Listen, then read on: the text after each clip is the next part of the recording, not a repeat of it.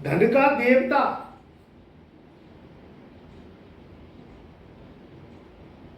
वाणी का किंग, हिसाब किताब दुनिया का राजा, बुनियाद को मजबूत करने वाला ग्रह, एक ग्रह हो गया है बलवान। धनु राशि वालों के जीवन में इसके क्या परिणाम आएंगे, ये ग्रह डूबती नैया को कैसे पार लगाएगा और किस तरीके से इसके राशि परिवर्तन से रहना है सावधान। आज धनु राशि वालों बहुत ही रोचक जानकारी लेके आया हूं। आपको बताऊंगा कि ये एक ग्रह एक राशि पर कैसे हो गया है बलवान। इसकी पावर हो गई है डबल, बुनियाद होगी मजबूत, धन की समस्या को करेगा दूर।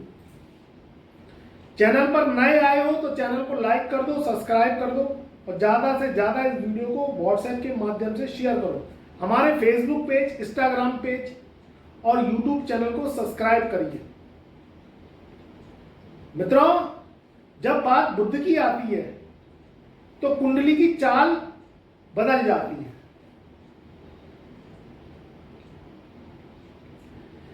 आठ जुलाई सन 2023 से बुध कर गए राशि परिवर्तन।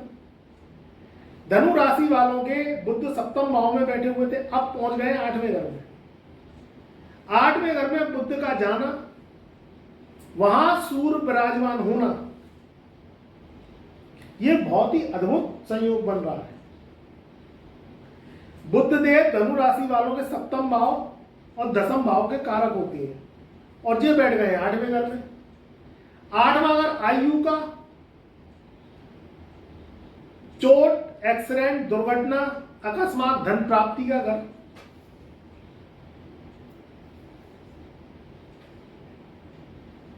शनि और मंगल की मलकियत, यहां सूर्य का और बुध का बैठना, ये एक विपरीत राजयोग लगा रहा है। कुछ काम पेंडिंग होती है, कुछ काम आगामी योजना की होती है जो हम बनाते हैं, जो आप बनाते हैं।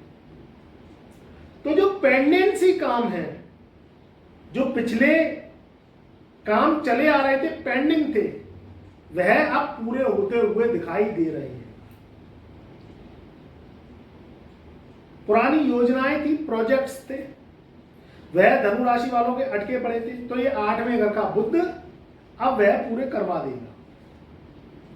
इसकी समसप्तक दृष्टि धन, कुटुंब और वाणी स्थान पर पड़ रही है, तो धन अकस्मात रूप से आएगा। अगर आप कम्युनिकेशन का काम करते हैं, अगर आप कोई इलेक्ट्रॉनिक्स का काम करते हैं, कोई आप इंश्योरेंस से संबंधित काम करते हैं, कोई सरकारी वर्क करते हैं, आप कोई कमीशन से संबंधित काम करते हैं या कोई जॉब करते हैं सरकारी, या कोई अधिकार रूपी सरकार गवर्नमेंट से मिलकर ठेकेदारी का काम करते हैं, तो इसमें ये शुभदायक समय है, आपके लिए बहुत ही शुभ समय है।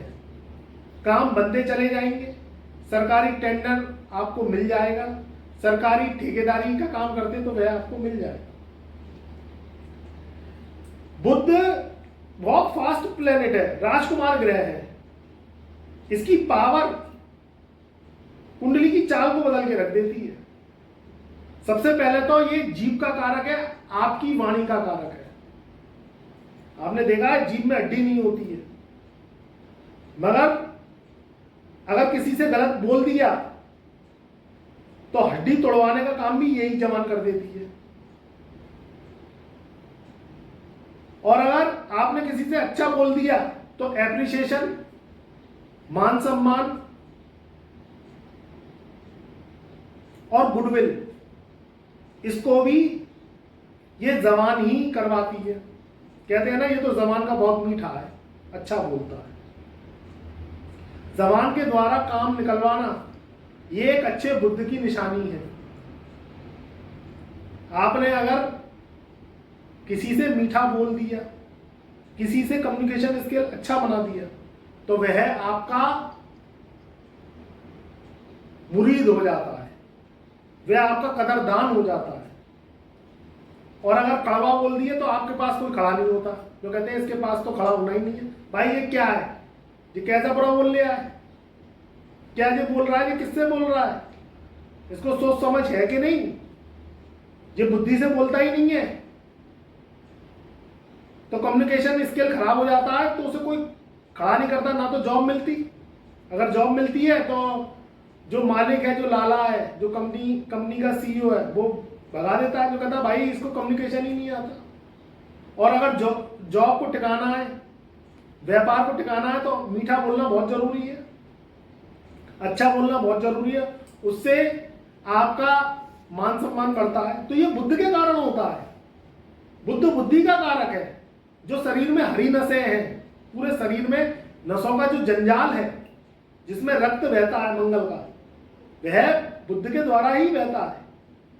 बुद्ध बुद्धि का कारक है, मस्तिष्क का कारक है। जो माइंडेड लोग होते हैं, जो काम कम्युनिकेशन से संबंधित करती हैं, जो सोशल मीडिया पे वर्क करती हैं, तो उनका बुद्ध बहुत ही प्रबल होता है, बहुत ही मजबूत होता है।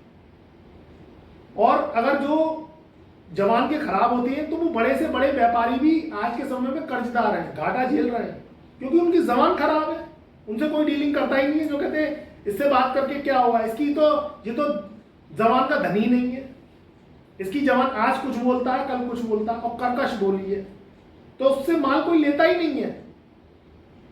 और जो मीठा होता है जबान का, कम्युनिकेशन का अच्छा होता है, तो वो भले ही छोटी सी दुकान कर रहा हो, मगर वो दुकान फल फूलदायक होती है, क्योंकि उस पर ग्राहक की, कस्टमर की भीड़ लग जाती है।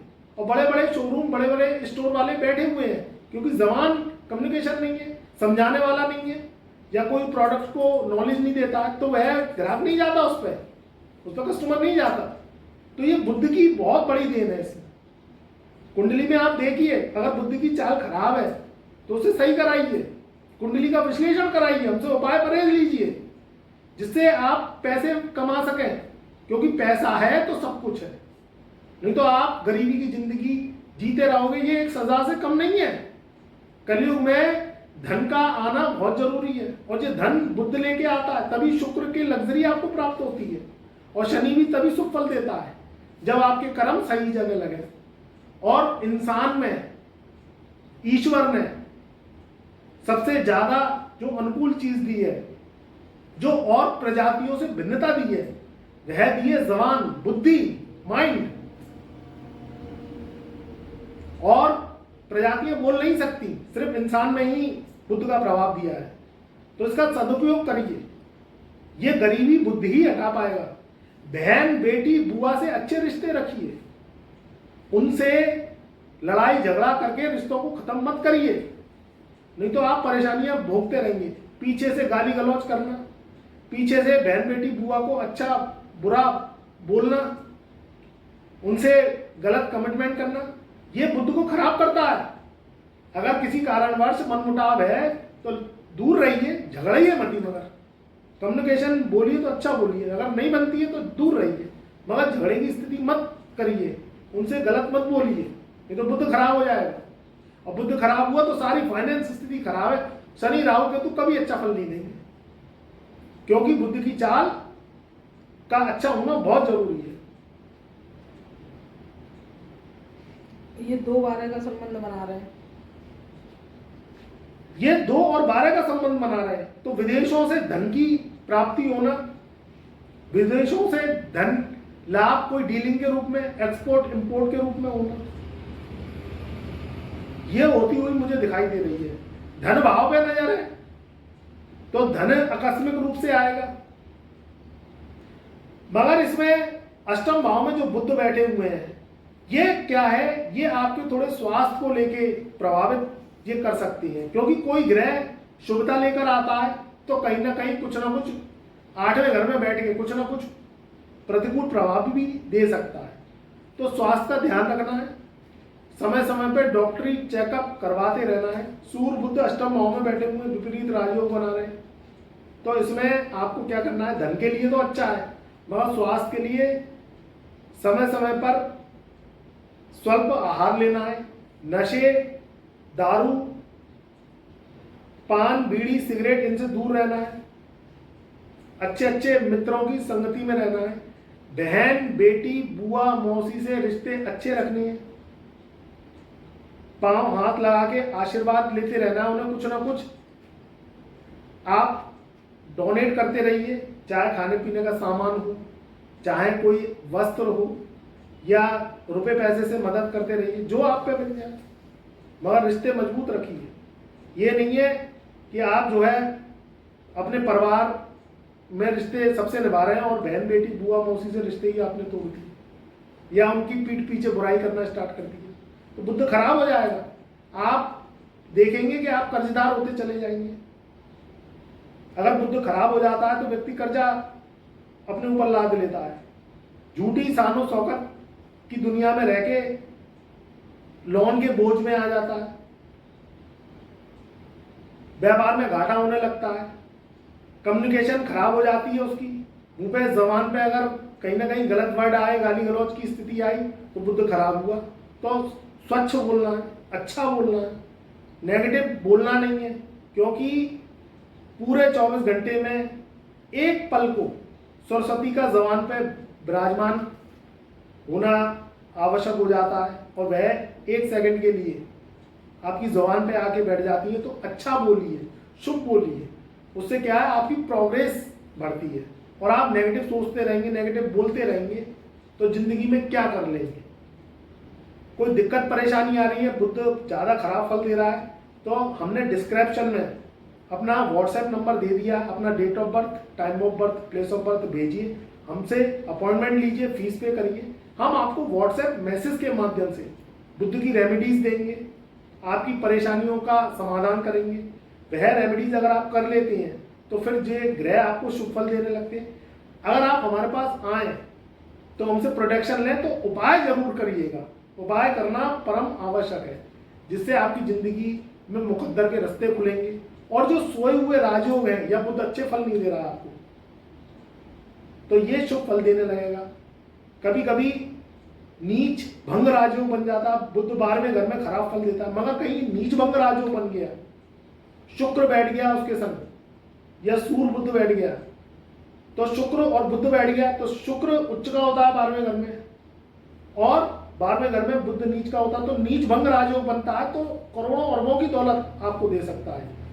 अगर ये आपने एक्टिवेट कर लिया तो आपको करोड़पति अरबपति तक बना सकता है। जो राजयोग आपको सिर्फ लाखों करोड़ों रुपया देते हैं, अगर विपरीत राजयोग फल जाए तो ये आपको अरबपति भी बना देता है।